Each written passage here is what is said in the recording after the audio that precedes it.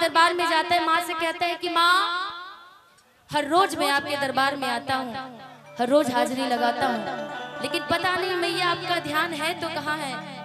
बड़ी प्यार से मैया से आग्रह लगाता है, विनती करता है भक्त, और कहता है क्या कि धोती धोती तोहरी मंदिरिया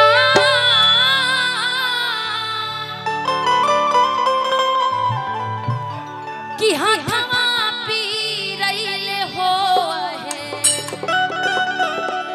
तापो नाही काहे मैया कि दया तोहराई हो है। और अपने सनातन में बहुत जल्दी नवरात्रा भी आने वाली है, और इस भजन को हर यज्ञ में, हर पूजा पाठ में आप सभी ने इतना प्यार आशीर्वाद दिया, ट्रेंडिंग में इस गाने को लाया, इस भजन को लाया, इसके लिए भी बहुत बहुत शुक्रिया। भक्त कहता है क्या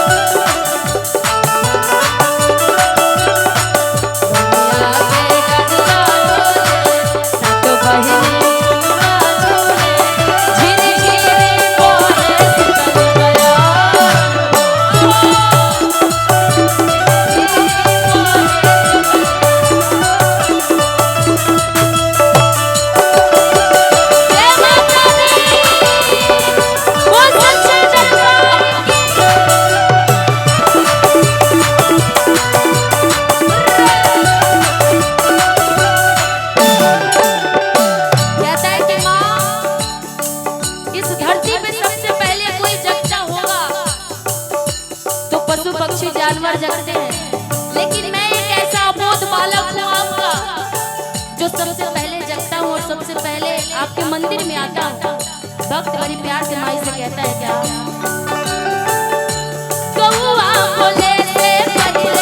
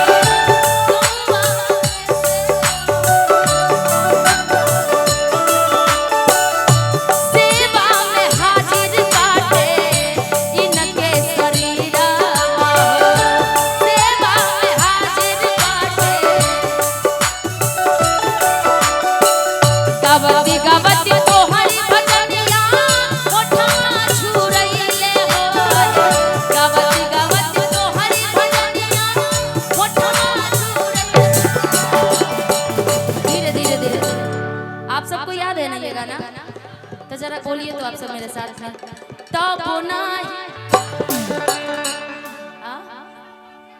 हम नहीं है, कोई और है। आई एम निशा उपाध्याय। अच्छा थैंक यू। अच्छा हमें लगा पता नहीं पहचान पाएंगे कि नहीं। अरे हाँ हाँ आई एम निशा उपाध्याय। ओके अब गाइए आप साथ में। किताबों ना दया तोहरा आइले वाला ये दे पूरा झूम करके और थोड़ा आवाज निकालिए। किताबों ना दया तोहरा। और एक बार हाथ उठा के ताली बजा के मेरे साथ सभी हाथ उठा लीजिए। किताबों ना ही काहे मैया दया तोहरा आइले हो। किताबों ना ही काहे मैया दया तोहरा आइले हो। किताबों ना ही का चुनरिया ले ले आई हा चुनरिया ले ले आई हा चुनरिया ले ले आई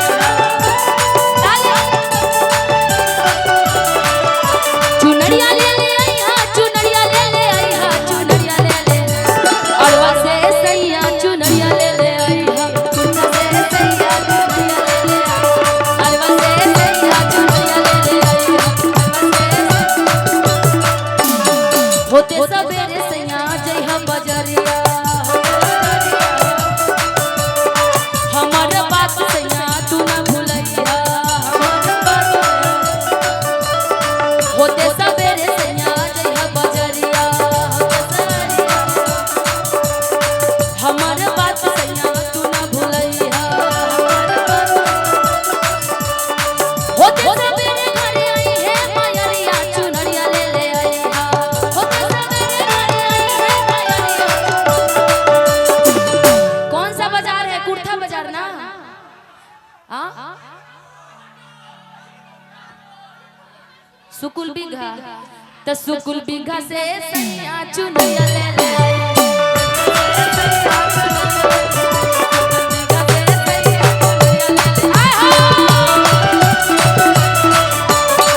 लेकिन देखा जाए इस सुकुल बिघा के जितने भी आगे वाले इधर जो फैंस हैं बड़े प्यारे हो आप लोग बहुत ज्यादा। लेकिन एक और इसी में हमारे पारंपरिक भजन है ट्रेडिशनल सॉन्ग है वो भी आप लोग को याद होगा। माताएं बहन तो बड़ी दूर दराज से सुनती है लेकिन आप कितना अच्छा उनकी भी पूर्ति आप ही पूरा कर दे रहे हैं ना जी। कि निमिया के डाढ़ पैया लावेली झूलुआ बाकी झूल रे झूलेला। निमिया के डाढ़ पैया लावेली झूलुआ बाकी झूल रे झूलेला।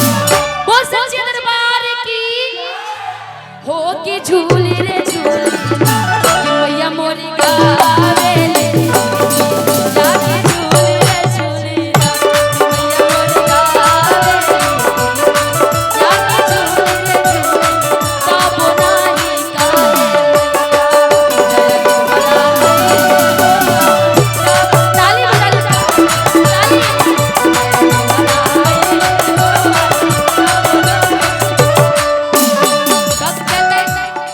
भक्त कहता है कि माँ इस धरती पे चाहे हमारी माँ हो जो हमें जन्म दी है चाहे ऊपर जो माँ है दुर्गा माँ काली माँ भगवती माँ जो भी माँ तो माँ होती है ना जी। सबसे दयावान हमारी माँ होती है। भक्त कहता है कि माँ आप बहुत भोली हो आप तो सबकी खाली झोली भरती हो लेकिन हमारे ऐसे भक्त पे आपका ध्यान क्यों नहीं है? भक्त प्यार से मैया से कहता है क्या तुहरे के कहे मैया सब कोई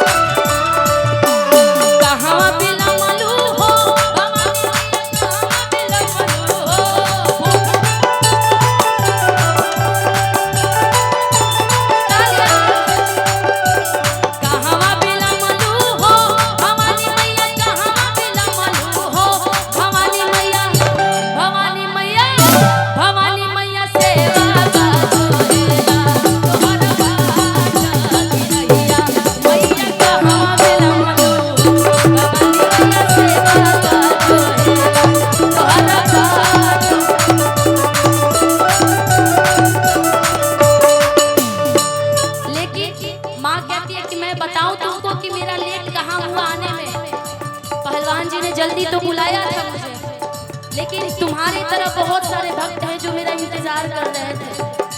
कुछ टाइम पहले आप सभी को पता होगा, 3 महीना पहले मुझे मेरे पैर में गोली लग गई थी। मैंने आशा उम्मीद छोड़ दिया था कि मैं मंच पे फिर दोबारा खड़ी हो पाऊंगी, लेकिन माँ का ही आशीर्वाद है और साथ साथ आप जैसे प्यारे भक्तगणों का आशीर्वाद है कि आज मैं सुरक्षित हूँ और मंच पे खड़ी हूँ और आप सबके बीच में गा रही हूँ। वही माँ बोलती है कि भक्त मेरा देर कहाँ हुआ मैं तुमसे बताती हूँ। अब मैया कहती है क्या, आवता में रहनी रे सेवा का लंगड़ा भटकाई रे,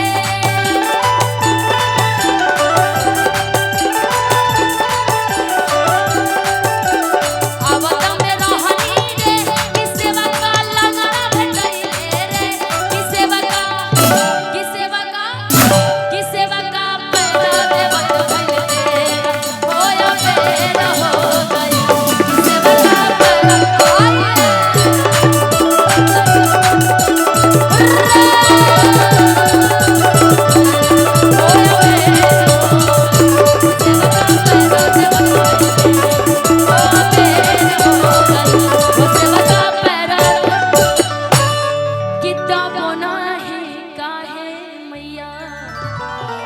दया तोहरा आइल होवा है ताबो नाही काहे मैया।